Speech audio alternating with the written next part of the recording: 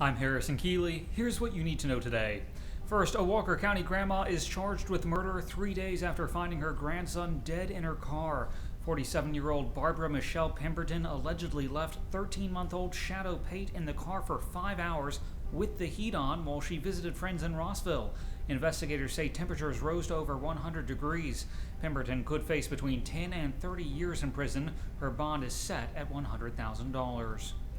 The search continues for a 2-year-old boy who wandered away from his grandmother 4 days ago. Noah Chamberlain went missing while walking in the woods near Pinson, Tennessee with his grandma and sister.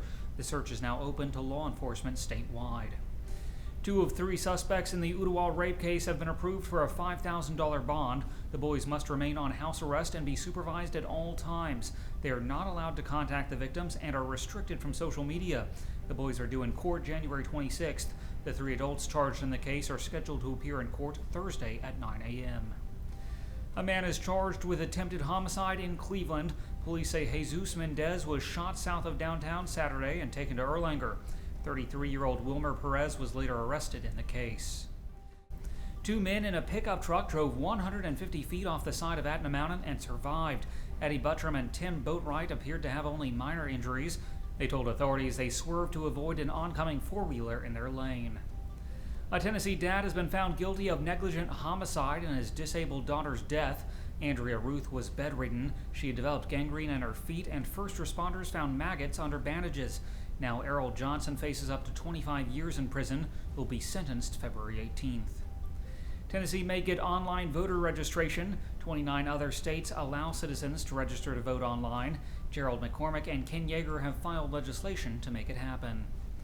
A Chattanooga man allegedly tried to impersonate a firefighter at the scene of a crash.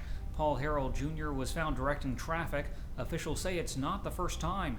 Authorities found flashing lights in his car as well as a siren and fire hat. He faces criminal impersonation charges.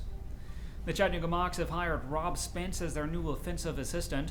Spence takes over for Will Healy, who was named head coach at Austin Peay. Spence spent the past 2 seasons coaching Chattanooga Christian School. CCS has turned its football program over to former Ridgeland coach Mark Mariakis. The Overlook at Hamilton Place has been sold. An Atlanta real estate firm bought the shopping center for nearly $34 million, almost twice its tax appraisal. It's one of the biggest retail property purchases in Chattanooga history. The center includes Hobby Lobby, Best Buy, and Petco.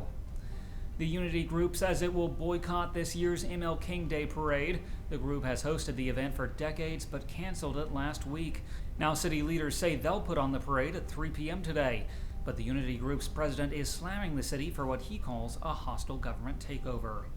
Turning to weather, today will be sunny with a high near 31 degrees. Tonight's low will be around 17. That's it for today's news. Thanks for being with us. You can find more on these stories and breaking news at timesfreepress.com.